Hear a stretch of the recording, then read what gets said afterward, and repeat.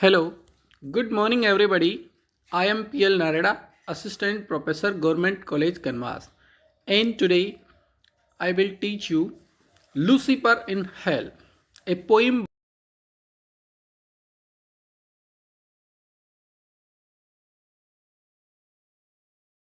John Milton से संबंधित question net set RPSC teacher grade first सभी में पूछे जाते हैं। इसलिए मेरा उद्देश्य यही है कि वे छात्र छात्राएं जो इस वीडियो को ध्यान से देखें कभी भी उन प्रतियोगी परीक्षाओं में असफलता प्राप्त ना करें। आइए हम यहाँ पर जॉन मिल्टन के बारे में थोड़ा सा इंट्रोडक्शन पढ़ते हैं। John Milton was born on December 9, 1608 in London and died in 1674. John Milton 1608 में पैदा हुए और 1674 में वो चल बसे। His best known epic poem is Paradise Lost. जिस महाकाव्य की वजह से जॉन मिल्टन को प्रसिद्धि मिली वो है पैराडाइज लॉस्ट। पैराडाइज का मतलब होता है स्वर्ग और उसका लॉस्ट मतलब खो जाना, स्वर्ग का खो जाना। किस तरह से इंसान के हाथ से स्वर्ग खो गया था, इसी को विषय वस्तु बना करके जॉन मिल्टन ने ये कविता लिखी है जो महाकाव्य के रूप में है। He was an English poet of the restoration age, वो रेस्टोरेशन एज के महाकवि हैं। He lived the life of great purity and devotion. John Milton की जो लाइफ थी वो प्योरिटी की थी और इंग्लैंड में प्योरिटन जो काल है उसके भी ये प्रतिनिधि कवि है। The poem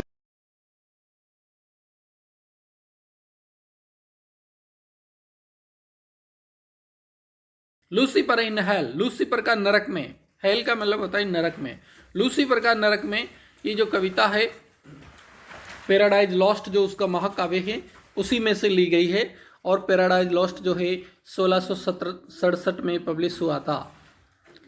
widely considered to be one of the greatest work of literature, और ये रचना अंग्रेजी साहित्य की महान रचना मानी जाती है। It is a great epic poem in blank verse, ये एपिक पोएम है और ब्लैंक वर्स में लिखी है। ब्लैंक वर्स एक छंद होता है, तुकांत छंद, उसमें ये लिखी गई है। The central theme of the poem is the fall and pride of Lucifer. कविता का जो इस महाकाव्य का जो विषय वस्तु है वो है the fall and pride of Lucifer. Lucifer जो कि देवदूत ही था और जिसने भगवान के खिलाफ चालाकी की और उसकी वजह से उसका स्वर्ग से पतन हुआ। फॉल का मतलब पतन, और फिर उसका घमंड, प्राइड, घमंड, किस तरह से उसका पतन होने के बाद भी वो अपनी हेकड़ी दिखाता है, अपनी जिद दिखाता है, उसको कहा है the fall and pride of Lucifer. Milton opens Paradise Lost by declaring man's disobedience toward God and the consequences that followed from it. Milton ने इस महाकाव्य में हमें बताया है कि किस तरह से मनुष्य ने डिसओबीडियंसी दिखाई। डिसओबीडियंसी मतलब आज्ञा का उल्लंघन किया। कैसे मनुष्य ने आज्ञा का उल्लंघन किया और फिर उसके क्या कॉन्सिक्वेंसेस रहे, उसके क्या रिजल्ट रहे।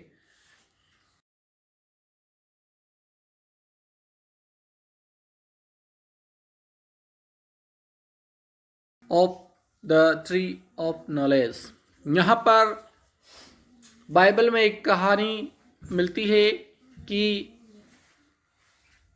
सबसे पहले जब ये संसार बना तो एडम और ईव, एडम आदमी था और ईव औरत थी, वो ईश्वर के पास ही रहते थे, ईडन गार्डन में रहते थे।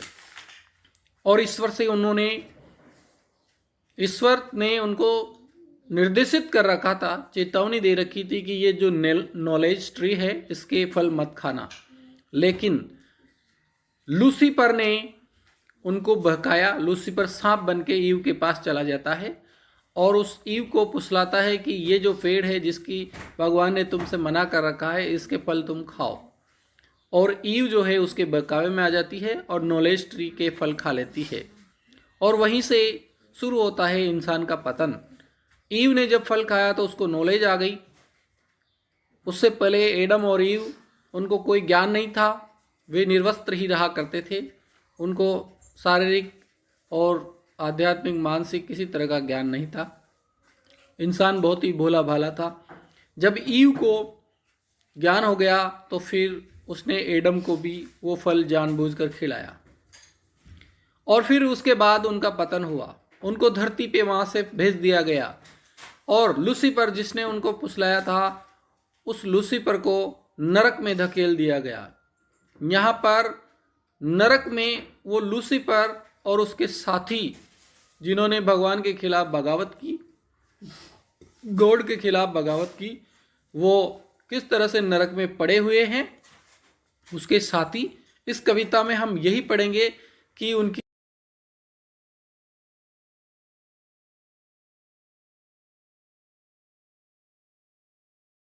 पढ़ेंगे। It is told in genesis the first book of the Bible. ये जो कहानी मैंने आपको बताई ये बाइबल की जो जेनेसिस फर्स्ट बुक है उसमें है। The poet has describe the splendour of heaven, horror of the hell. कवि ने स्वर्ग की चमक धमक, नरक का आतंक, the tranquil beauty of the paradise और स्वर्ग की शांत खूबसूरती को बताया है। And the glory of God, और ईश्वर का गौरव, ईश्वर का गुणगान किया है। We are told of an account of the burning ambition of Lucifer. हमें बताया जाता है कि लूसीफर को जब नरक में धकेल दिया गया तो उसके मन में कैसी बर्निंग एम्बिशन थी। एम्बिशन का मतलब होता है महत्वाकांक्षा और बर्निंग का मतलब होता है ज्वलंत। किस तरह से उसके मन में आक्रोश था। और ये लूसीफर कौन था? The angel of God. ये भी दूसरे नंबर का एंजल था। अगर हम भगवान को एक नंबर एंजल कहें तो ये दूसरे नंबर का एंजल था, यानी ईश्वर के बाद इसका ही स्थान था। He was now thrown out from the haven along with his companions. उसको अब स्वर्ग से फेंक दिया गया है नरक में उसके साथियों के साथ। He fell from heaven the poet describe thus. और कवि ने उसका वर्णन इस तरह से किया है। अब हम यहाँ पे देखेंगे कैसे नरक में पड़े हुए लूसीफर और उसके साथी बातचीत करते हैं। लूसीफर देखता है उसके चारों तरफ उसके साथी ही साथी पड़े हैं नरक में, जिन्होंने उसका साथ दिया था ईश्वर से लड़ने के खिलाफ। देखिए यहाँ पे कविता की शुरुआत होती है। 9 times the space that measure day and night। 9 times यानी 9 बार the space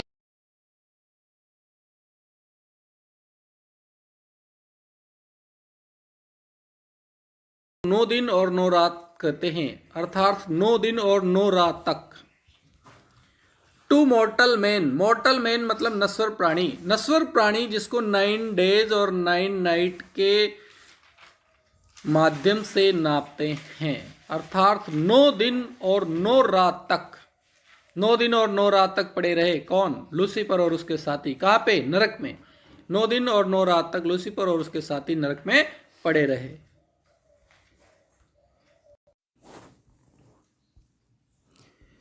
9 times the space that measure day and night to mortal man। mortal man मतलब नश्वर प्राणी, इंसान जिसको मेजर मापता है। 9 days and night, 9 दिन और 9 रात। द स्पेस, स्पेस मतलब अंतरिक्ष, यहाँ स्पेस से मतलब है धरती। धरती के लोग नश्वर प्राणी जिसको 9 दिन और 9 रात कहते हैं। ही विद हिज हॉरिड क्रू। ही मतलब वह कौन? लूसीफर जो दूसरे नंबर का एंजल था। ही वह, with is horrid crew. Crew का मतलब होता है साथियों का दल। और कैसे साथी है उसके? हॉरिड, भयंकर।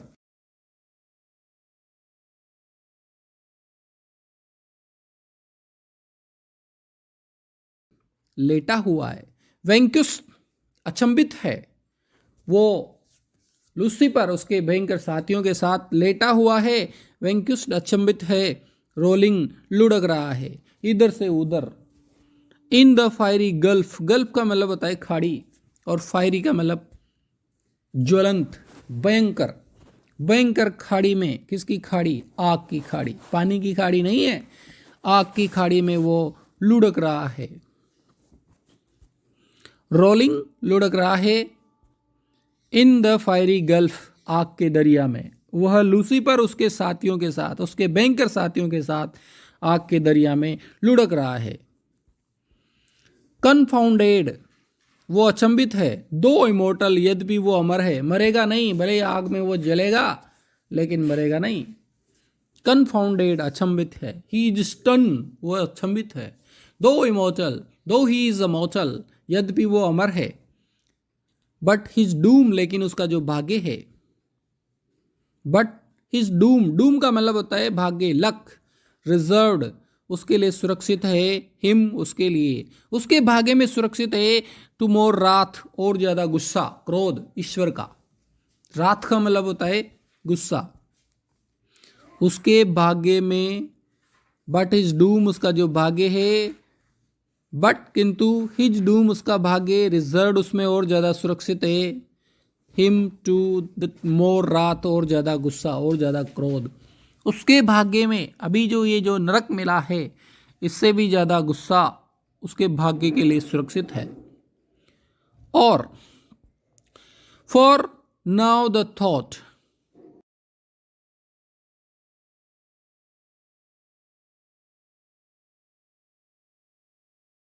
क्योंकि नाउ, अब, द थॉट, ये विचार।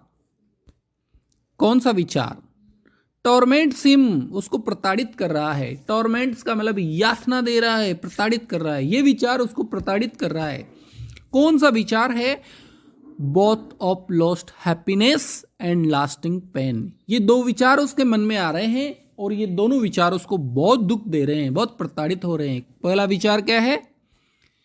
लॉस्ट ऑफ हैप्पीनेस, एक तो खुशियां छिन गई उसकी, लॉस्ट ऑफ हैप्पीनेस, उसकी खुशियों के छिन जाने का।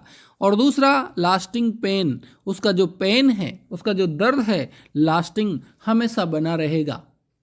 उसका जो दर्द है, उसको जो दुख मिला है, वो लास्टिंग रहेगा, हमेशा बना रहेगा, उसका कोई एंड नहीं होगा। भगवान श्री राम को 14 वर्ष का वनवास मिला, उनके वनवास की अवधि 14 वर्ष थी। उनको ये विश्वास था कि मेरा एंड जो है वनवास का 14 साल बाद हो जाएगा। लेकिन यहाँ लूसीफर का जो पेन है वो लास्टिंग है, वो कभी ख़त्म नहीं होगा। और उसकी जो खुशियां हैं वो छिन गई। ये दो विचार टॉर्मेंट्स हिम, उसको प्रताड़ित कर रहे हैं। Round he throws his baleful eyes, round मतलब चारों तरफ, ही उसने थ्रो, थ्रो मतलब यहाँ पे फेंकना नहीं है, देखना है।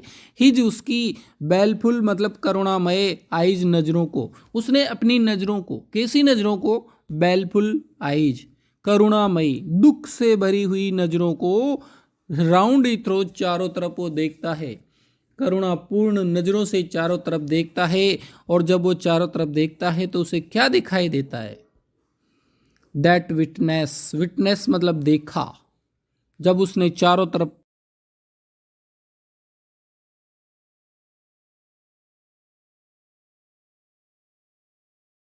एप्लिक्शन एंड डिस्मे, एप्लिक्शन धुंधलापन, डिस्मे, एप्लिक्शन और डिस्मे का मतलब है धुंधलापन, दोनों शब्द एक जैसे ही है। एप्लिक्शन मतलब अस्पष्टता, डिस्मे मतलब धुंधलापन। जब उसने चारों तरफ करुणामयी नजरों से देखा तो क्या देखा? ह्यूज एप्लिक्शन, दूर दूर तक, एप्लिक्शन कर अस्पष्टता, एंड डिस्मे, धुंधलापन। Mix with obdurate pride and steadfast hate, mix मतलब वो भर जाता है, उसके अंदर मिक्सर हो जाता है। किसका? ऑब्ड्यूरेट, जिद्दीपन, प्राइड, घमंड, and stead past hat, stead past का मतलब होता है अडिग और हेट का मतलब होता है नफरत। स्टीड पास्ट मतलब अडिग, कभी नहीं मिटने वाली, उसको कहते हैं स्टीड पास्ट। हेट मतलब नफरत। जब लूसीफर ने चारों तरफ देखा और चारों तरफ धुंधलापन और स्पष्टता दिखाई दी तो उसके मन में क्या विचार आए? मिक्स मतलब मिक्स हो जाता है, ऑब्ड्यूरेट जिद्दीपन से, प्राइड घमंड से, और अडिग नफरत से। ये तीन चीजें उसके मन में भर जाती है। एक तो ऑब्ड्यूरेट जिद्दीपन, जिद्दीपन कि मैं अब भगवान से बदला लेके रहूंगा। प्राइड घमंड, घमंड से भर जाता है, और स्ट्रीट पास हेड अडिग नफरत से भर जाता है। At once as far as angel ken he views, as far मतलब जहां तक, एट वंस एक बार में, एट वंस एक बार में, एज फार एज जहां तक, एंजल्स देवदूत, कैन का मतलब होता है देखना, ही व्यूज वो देखता है, जहां तक एक बार में।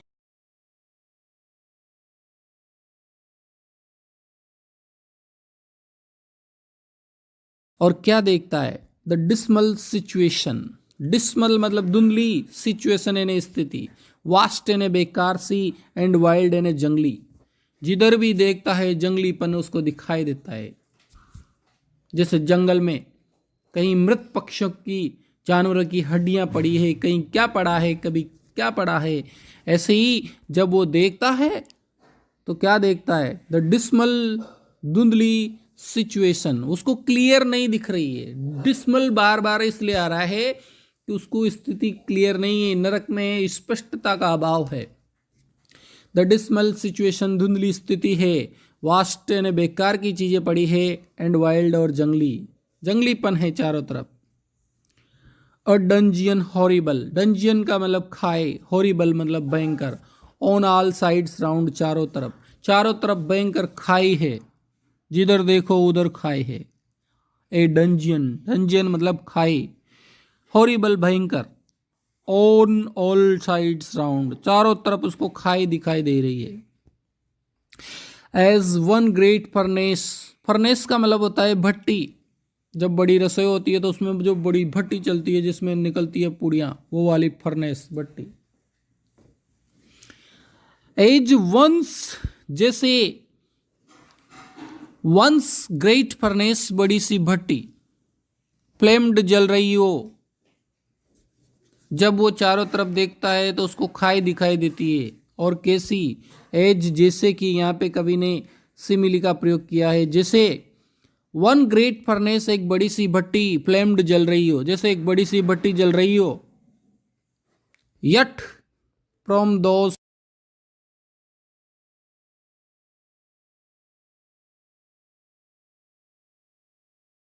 होता है उन आग की लपटों से उजाला होता है। देखिए लेकिन नरक में स्थिति उल्टी है। यहां पे कवि ने पैराडॉक्स, जिसको कहते हैं विरोधाभास अलंकार का प्रयोग किया है। ग्रेट फर्नेस, बड़ी सी भट्टी जल रही है, यट फिर भी, फ्रॉम दोज फ्लेम्स, उन लपटों से, नो लाइट, कोई रोशनी नहीं है। यानी चारों तरफ आग का दरिया, आग की भट्टी जल रही है लेकिन फिर भी उजाला नहीं है, अंधेर नगरी है, नरक। बट डार्कनेस विजिबल, बल्कि डार्कनेस दिख रहा है। यहां पे कवि ने एंटीथेसिस का प्रयोग किया है। डार्कनेस मतलब अंधेरा, और विजिबल दिखाई दे रहा है, दो चीजें हैं। एंटीथेसिस भी विरोधाभास का ही रूप होता है। विरोधाभास अलंकार क्या? डार्कनेस अंधेरा, और विजिबल दिख रहा है। जब अंधेरा है तो क्या दिख रहा है? लेकिन कवि ने यहाँ पे कहा है डार्कनेस विजिबल, उसका जो चारों तरफ आग का दरिया है उससे कोई लाइट नहीं है। बट रादर डार्कनेस विजिबल, बल्कि उस अंधेरे में क्या दिख रहा है उसको? उसके साथियों का दुख दर्द दिख रहा है। बट किंतु रादर डार्कनेस, उस अंधेरे में विजिबल दिखाई दे रहा है। क्या दिखाई दे रहा है? उसके साथियों का दुख दर्द।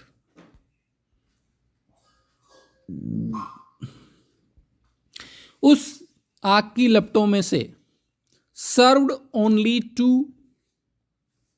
डिस्कवर साइट्स ऑफ ऊ का मतलब होता है दुख दर्द, साइट्स मतलब दृश्य, डिस्कवर मतलब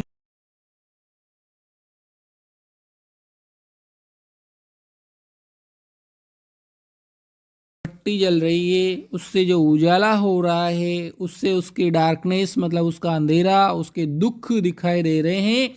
sir only to discover, discover मतलब उजागर हो रहे हैं। साइट्स ऑफ दुख दर्द के दृश्य, उससे सिर्फ दुख दर्द के दृश्य ही उजागर हो रहे हैं।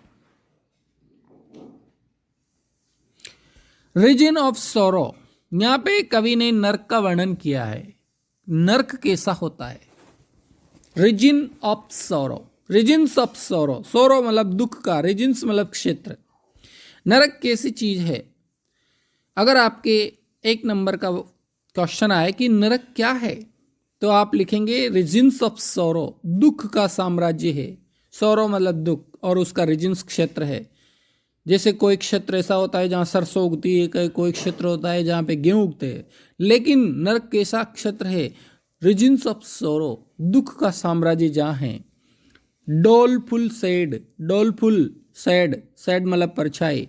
डोलफुल का मतलब होता है दर्द भरी, जहाँ पे दुख की परछाइयाँ हैं। Where peace and rest can never dwell, जहाँ पे पीस और रेस्ट कभी नहीं आते हैं। वेहर जहाँ पर, रेस्ट एंड पीस, रेस्ट मतलब आराम, पीस शांति। वेयर पीस एंड रेस्ट, जहाँ पे शांति और आराम के नेवर ड्वेल कभी नहीं आते हैं। ड्वेल मतलब भटकना, आना, जहाँ पे भूल करके भी शांति और आराम नहीं आते हैं। नरक क्या है, जहाँ पे शांति नहीं हो, जहाँ पे आराम नहीं हो।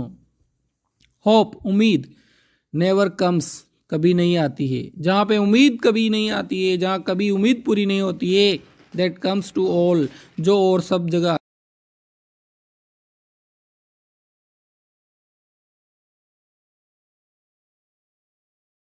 नेवर कम्स, उम्मीद कभी नहीं होती है, वहाँ किसी चीज़ की उम्मीद नहीं कर सकते। जैसे हम घर जाते हैं, हमें उम्मीद होती है कि माँ जो है आज अच्छा सा खाना खिलाएगी। लेकिन नरक एक ऐसी जगह है जहाँ उम्मीदें पूरी नहीं होती है। बट टॉर्चर, लेकिन क्या मिलता है, टॉर्चर मिलता है, यातनाएं मिलती है विदाउट एंड। और यातनाएं भी कैसी, विदाउट एंड, बिना ख़त्म होने वाली। ऐसी यातनाएं जो कभी ख़त्म नहीं होती, ऐसी यातनाएं मिलती है। स्टिल अर्जेस, और वो यातनाएं क्या करती रहती है, अर्ज करती रहती है, रिक्वेस्ट करती रहती है आने के लिए।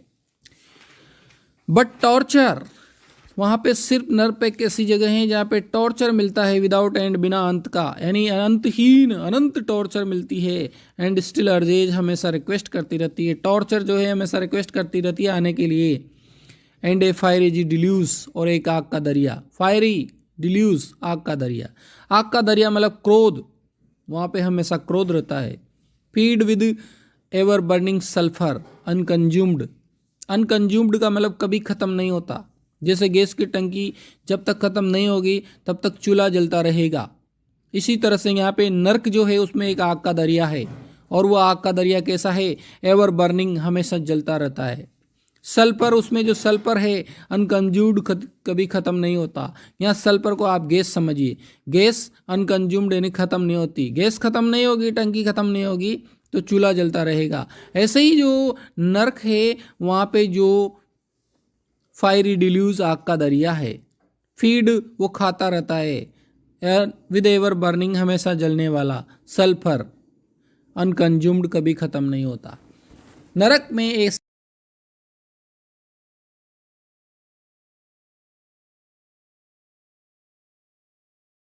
भट्टी है, क्रोध जो है वो हमेशा रहेगा। सच प्लेस, इस तरह का स्थान, सच प्लेस, इस तरह का स्थान, eternal justice had prepared. Eternal justice, eternal का मतलब होता है शाश्वत, और जस्टिस मतलब होता है न्याय। शाश्वत न्याय द्वारा प्रिपेयर मतलब तैयार किया है। इस तरह का जो प्लेस है, सच प्लेस, इस तरह का स्थान अर्थात नरक, इटर्नल जस्टिस, ईश्वर के द्वारा हेड प्रिपेयर्ड, बनाया गया है। ईश्वर ने इस तरह का स्थान बनाया है, ऐसी जगह बनाई है ईश्वर ने। किसके लिए, फॉर दोज रिबेलियस, उन विद्रोहियों के लिए जो भगवान से बगावत करता है उनके लिए। फॉर दोज, उनके लिए, रिबेलियस, जो विद्रोही हैं, जो लोग विद्रोही हैं, जो भगवान से बगावत करते हैं, उनके लिए ऐसी जगह बनाई है नरक। Here their prison ordained, here यहाँ पे, देयर उनके लिए, प्रिजन जेल खाना, ऑर्डेन सजाया है।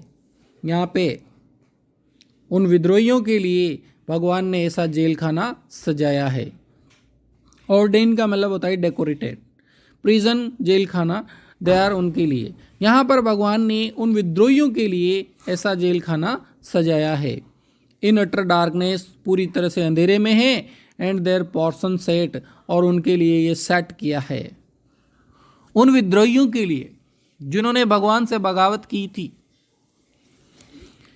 इन अटर डार्कनेस, अटर मतलब पूरी तरह से, डार्कनेस अंधेरे में, their prison set, their portion set, उनके लिए जगह बनाई है। As far removed from God and light of heaven as from the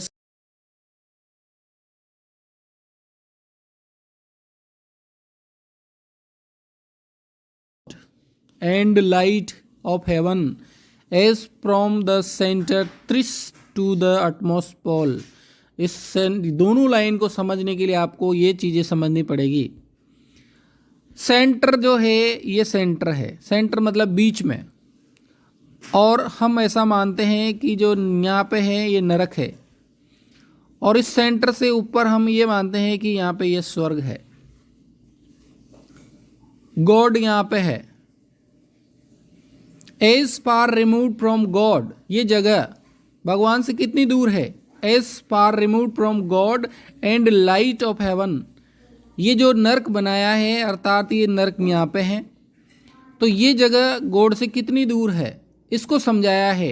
age far removed from God and heaven of light, light of heaven, ये जगह ईश्वर से और स्वर्ग की रोशनी से उतनी ही दूर है। एज फार फ्रॉम, उतनी ही दूर है जितनी की सेंटर, सेंटर मतलब बीच में, त्रिस मतलब 3 गुना, to the utmost pole, utmost pole का मतलब स्वर्ग। जैसे सेंटर, सेंटर से मतलब धरती को समझिए, जैसे धरती उस अटमोस्ट पोल से यानी भगवान से 3 गुना ऊपर है, ऐसे ही ये जगह जो है धरती से 3 गुना नीचे है। ये कह रहा है इन दोनों पंक्तियों में, जैसे धरती जो है ईश्वर से और स्वर्ग से 3 गुना नीचे है, और उस धरती से 3 गुना नीचे नर्क है। एज पार रिमूव, इसको उतना ही दूर बनाया है, from God and light of heaven, God से और लाइट ऑफ हेवन से। एज जैसे, फ्रॉम द सेंटर, सेंटर मतलब धरती बीच में, 3 गुना, टू द अटमोस्ट पोल, उस स्वर्ग से। जैसे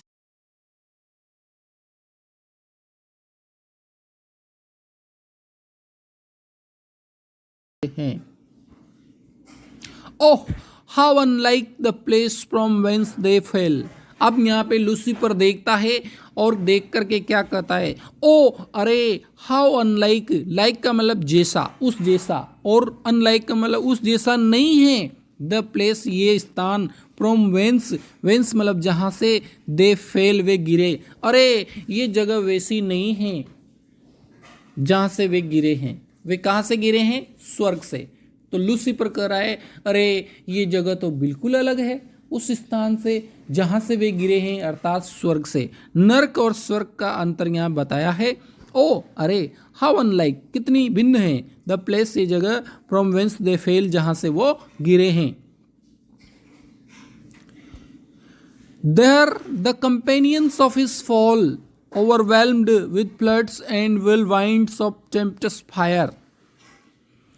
देहर, वहां पे, द कंपेनियंस, उसके जो साथी है, ऑफ हिज फॉल, उसके पतन के साथी, ऑफ हिज फॉल, उसके पतन के साथी, कंपेनियन साथी, ऑफ हिज फॉल, उसके पतन के, यानी उसके साथ गिरने वाले। ओवरवेल्म्ड, अचंभित है, भ्रमित है, देहर वहां पर। The companions of his fall, उसके पतन के साथी, ओवरवेल्म्ड, अचंभित है, with floods and whirlwinds of tempestuous fire. Floods मतलब बाढ़, वहाँ पे बाढ़ आई हुई है, आग की बाढ़, पानी की नहीं, आग की। व्हर्लवाइंड्स मतलब चक्री की तरह घूम रहे हैं। व्हर्लवाइंड्स का मतलब होता है चक्री, तूफान। टेम्पेस्टस का मतलब होता है तूफान, फायर यानी आग, आग के तूफान में चक्री की तरह घूम रहे हैं। उसके पतन,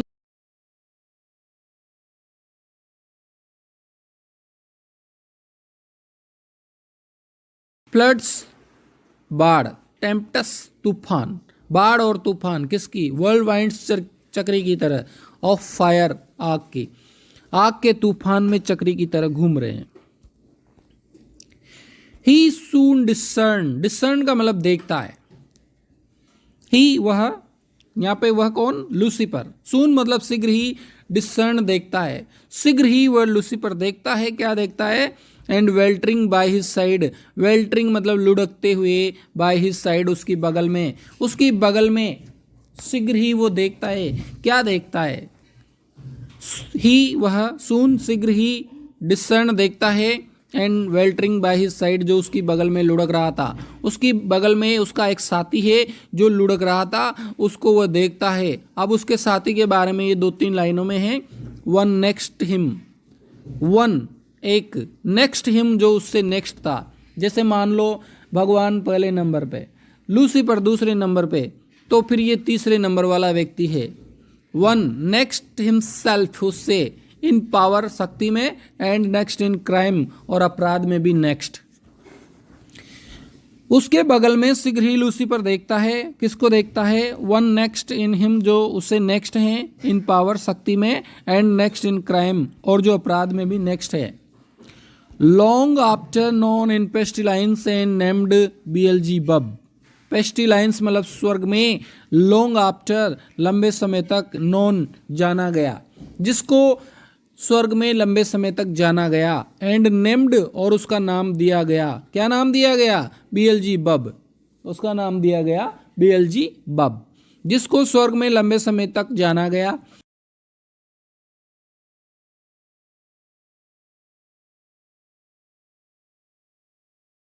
एनिमी मुख्य शत्रु, टू हुम उससे, उससे मतलब बेएल्ज़ेबब से, द आर्च एनिमी मुख्य शत्रु, मुख्य शत्रु कौन है यहाँ पे, लूसीफर, दूसरे नंबर का शत्रु बेएल्ज़ेबब, यानी उस बेएल्ज़ेबब से द आर्च एनिमी मुख्य शत्रु अर्थात Lucifer, and thence in heaven called Satan, और देंस तब से ही, इन हेवन स्वर्ग में, कॉल्ड जाना गया, सैटन, सैटन के नाम से।